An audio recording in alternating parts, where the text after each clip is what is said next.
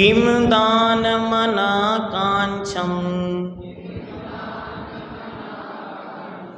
किं मित्रं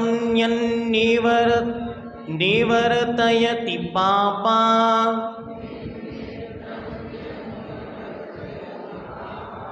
कोऽलङ्कारः शीलम् किं वाचामण्डनं सत्यम्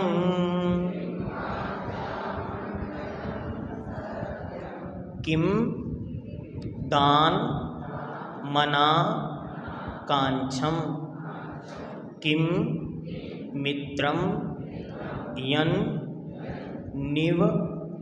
निवर्तयति निवर्तयति पापात्।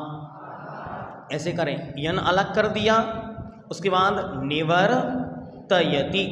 निवर्तयति पापात् कोऽलङ्कारः,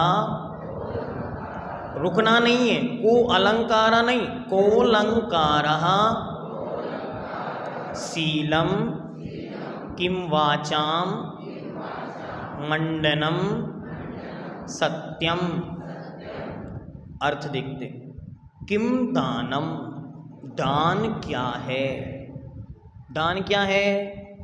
अनाकांक्षम, आकांक्षा से रहित होकर देना ही दान है। आकांक्षा अर्थात इच्छा। हम आपको 100 रुपये देते हैं, आप हमें 101 लौटा देना, इसका नाम दान नहीं है। क्या कहा? अनाकांक्षम। किम मित्रम, मित्र कौन है?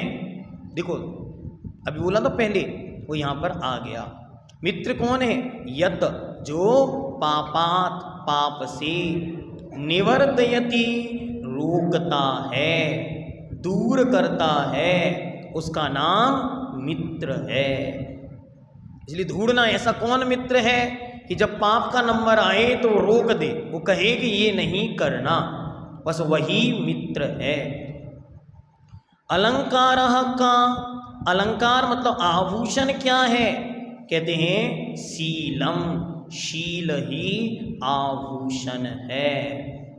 और अंत में कहते हैं वाचाम, वाचाम मतलब वचनों का, मंडनम किम, वचनों का आभूषण क्या है? सत्यम, सत्य ही वचनों का आभूषण है। पद्य अनुवाद देखते हैं पहले। शील मतलब स्वभाव, पवित्रता, आत्मा की और शरीर की पवित्रता की रक्षा का नाम शील है। एक एक शब्द देखें। किम, किम मतलब क्या, दानम दान है, अनाकांक्षम, अनाकांक्षा अर्थात आकांक्षा से रहित होकर देना। किम क्या, मित्रम मित्र है। कौन मित्र है? यन जो पापात पाप से, निवर्तयति दूर करता है, रोकता है, वह मित्र है। कोऽलङ्कारः, को कहा अलंकारः, आभूषण क्या है? शील। और किम क्या, वाचामण्डनम क्या, वचनों का आभूषण है? सत्यम, सत्य ही वचनों का आभूषण है। पद्यानुवाद। रहा दान क्या जिसमें कुछ भी आकांक्षा न शेष रहे, मित्र कौन सा सच्चा होता, पाप कार्य से दूर रहे। करी मानव का आभूषण क्या है? सदा शील गुण मंडित हो, वचनों का आभूषण क्या है, सत्यवाक से मंडित हो। रहा दान क्या, दान क्या है, जिसमें कुछ आकांक्षा ना शेष रहे, जिसमें पाने की कोई इच्छा ना बचे, बस अनाकांक्ष होकर दे दिया और भूल गया। युधिष्ठिर महाराज बैठे हैं, दरबार लगा हुआ है, और एक मांगने वाला आया, और मांगने वाला आया और वह अपने हाथों में यूं कुछ लिए हुए हैं, और हाथ में चांदी का कटोरा है, उल्टे हाथ में, और उन्होंने उसी हाथ से यूं दान दे दिया। जैसे ही उन्होंने दान दिया तो सामने से उनके भाई ने उन्हें रोका, अब दान दे दिया और वो चला गया। उसने उनसे पूछा कि हे नाथ, मैंने तो सुना है कि उल्टे हाथ से दान नहीं दिया जाता, फिर आपने उल्टे हाथ से दान क्यों दिया? तो महाराज युधिष्ठिर ने जो वचन कहे वो जीवन भर याद रखने। उन्होंने कहा कि जब कोई मांगने आया और उसको आवश्यकता है और मुझे देना है, तो फिर मेरे इस हाथ ने दिया तो इस हाथ को भी पता ना चले कि मैंने क्या दिया, कितना दिया, किसे दिया। उसकी कोई रजिस्ट्री नहीं करानी कि हमने कितना दे दिया, बस अनाकांक्ष भाव से उसने मांगा और मैंने दे दिया। इसका नाम है दान। किसके लिए दिया? स्वपर हिताय, स्वयं के और दूसरों के हित के लिए दिया। वहाँ कोई आत्म कल्याण के लिए अलग से करने की जरूरत नहीं, कोई आकांक्षा है नहीं। जो भी दान है उसे बुद्धि पूर्वक अच्छी तरह परिस्थिति को देखकर देना। जैसे एक बार एक व्यक्ति के मन में आया, क्या आया, और उसने एक अभियान चलाया कि रक्तदान तो मांस दान है। क्या है? रक्तदान क्या है? मांस दान है। और हम जैन हैं इसलिए रक्तदान नहीं करते। क्या अभियान चलाया? समझ में आ रहा? और उसी दिन वो उदयपुर से अजमेर जा रहा था, भीलवाड़ा जा रहा था, और रास्ते में पीछे से एक ट्रक ने आकर टक्कर मार दी। अब उसे टक्कर मारी और टक्कर मारते ही उसे अस्पताल ले जाया गया। अस्पताल में भर्ती होते ही डॉक्टर ने कहा रक्तदान महादान। क्या कहा डॉक्टर ने? कि रक्तदान महादान। अब क्या होगा? या तो प्राण त्यागेगा या फिर क्या करेगा? तो आपको ये विचार करना है कि कहाँ, किस परिस्थिति में, किस स्थिति में, किस व्यक्ति को किस वस्तु की आवश्यकता है। जहां जिसको जिस चीज की आवश्यकता है बस उसी का नाम दान है। इसलिए अच्छी तरह अगर आप लोग विचार कर सकते हैं तो समाज बैठकर, कमेटी बैठकर, लोग बैठकर निर्णय करें कि हमारी भविष्य की प्लानिंग क्या है समाज की। और अगर प्लानिंग है तो एक बहुत अच्छा सॉल्यूशन मैं अपने आप से दे रहा हूं, आपको अच्छा लगे तो धारण करना। क्या? कोई भी व्यक्ति 100 रुपये दान देता है तो आप साल भर में एक दिन ऐसा बनाओ, जैसे अनंत चतुर्दशी है या अक्षय तृतीया है या कोई भी दिन है, उस दिन समाज का हर व्यक्ति समाज के हितार्थ, कल्याणार्थ, मंदिर के लिए ट्रस्ट के निमित्त से पैसा देगा। क्या करना? उस 100 रुपये के 4 टुकड़े करो, फाड़ दो उसको 4 भागों में। ऐसे ही 4 टुकड़े होते नहीं, उसके 25-25% बनाओ और प्रत्येक 25% 4 भागों में बांट दो। एक जिनेंद्र भगवान की पूजा और जिनालय निर्माण, जिनालय की व्यवस्था। दूसरा भाग साधु संघ का आवागमन, उनका विहार, उनकी व्यवस्था। और तीसरा ज्ञान दान शिविर आयोजन, शास्त्र सुविधा, शास्त्र सज्जा, शास्त्रों को खरीदना, शास्त्रों को जन जन तक पहुंचाना। और तीसरा 25 रुपये साधर्मिक भक्ति।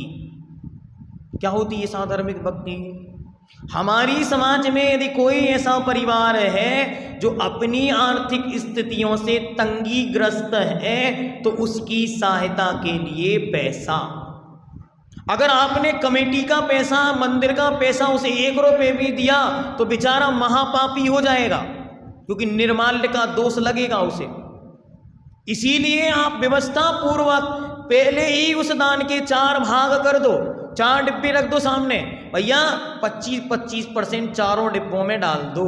और साधर्मिक भक्ति उन बच्चों के लिए जो अपनी उच्च शिक्षा प्राप्त नहीं कर पा रहे हैं, उन युवाओं के लिए जो अपने रोजगार के लिए कोई दुकान देख रहे हैं लेकिन खरीद नहीं पा रहे हैं, उन माँओं के लिए जो विधवाएं हो गई हैं, अपनी बच्चियों की शादी नहीं कर पा रही हैं, अपना घर नहीं चला पा रही हैं, उनके लिए भी करना समाज का कर्तव्य है। मेरा काम कहना, आगे आप विचार करना। विचार करना अनिवार्य है आने वाले समय को देखते हुए। ऐसा मैं नहीं कह रहा हूँ, ऐसा भगवान समंतभद्र कहकर गए। क्या कहा? न धर्मो धार्मकैर बिना, धर्मात्माओं के बिना धर्म नहीं होता। अभी देखो मध्य प्रदेश के दमोह जिले की घटना। एक जैन लेडीज, प्राची जैन ने धर्म परिवर्तन कर लिया। पता चला क्या हुआ, स्कूल का इतिहास खोजा गया तो स्कूल था माइनॉरिटी का, और माइनॉरिटी में एक वर्ग विशेष का, और उन माइनॉरिटी वालों ने उसे फोर्स किया कि तुम्हें हम परमानेंट नौकरी देंगे और सैलरी तुम्हारी बढ़ाएंगे, तुम हमारा धर्म स्वीकार कर लो। 3 लेडीजों ने धर्म परिवर्तन किया, उसमें से एक जैन है और 2 अजैन हैं। और अब जब उसकी मीटिंग हुई, कल जब सब कुछ मैटर ओपन हुआ, तो उस लेडीज ने कह दिया मैंने अपनी मर्जी से धर्म परिवर्तन किया, इसमें किसी का कोई हस्तक्षेप नहीं है, मामला खत्म।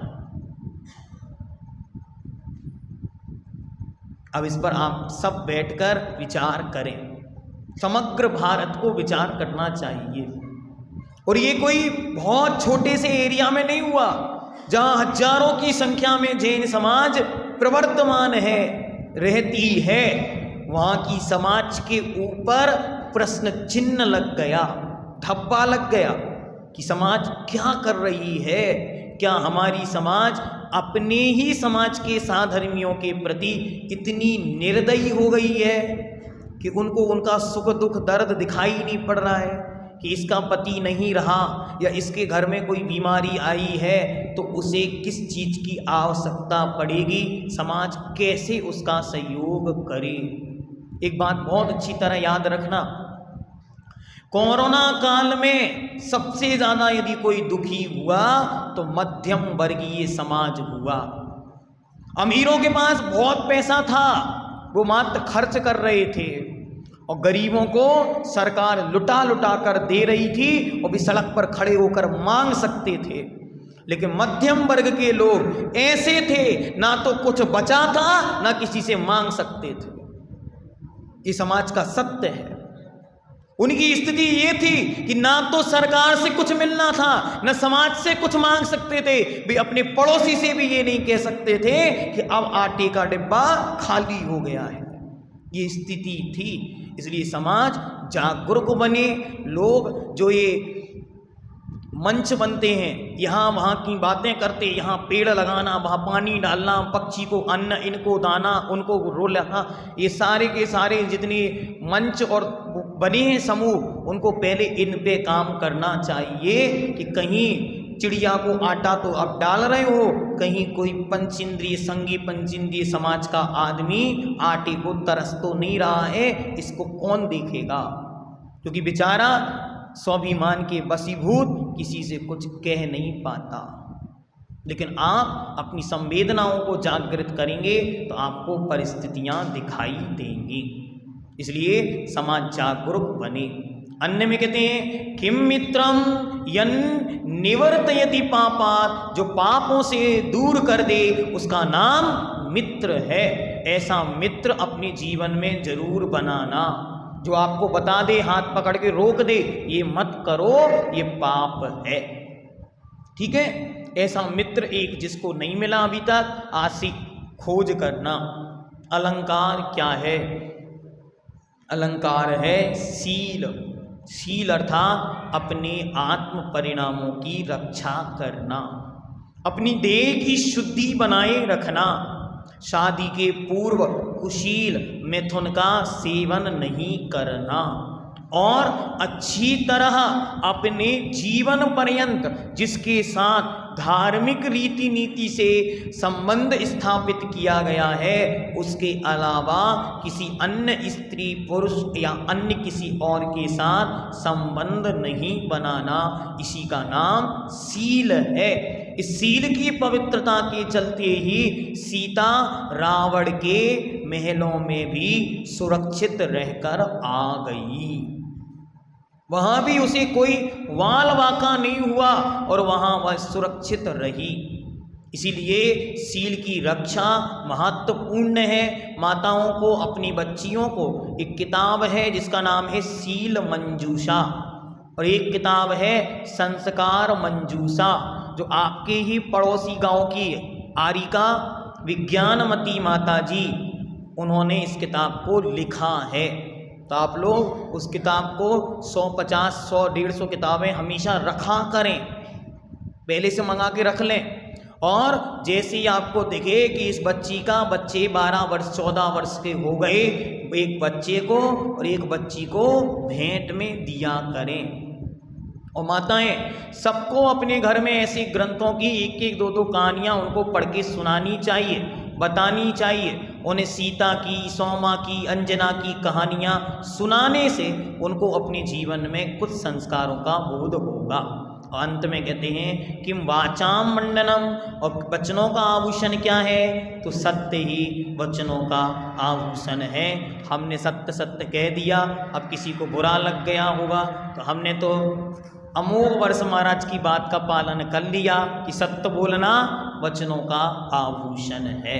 इसलिए उस आभूषण से सदा हमारा मुख कैसा रहे? पवित्र बना रहे, और वह आभूषण सदा हमारे वचनों में बना रहे, ऐसा भाव करते हुए जगत कल्याणी जिनवाणी माता की, जिनवाणी के ज्ञान दे।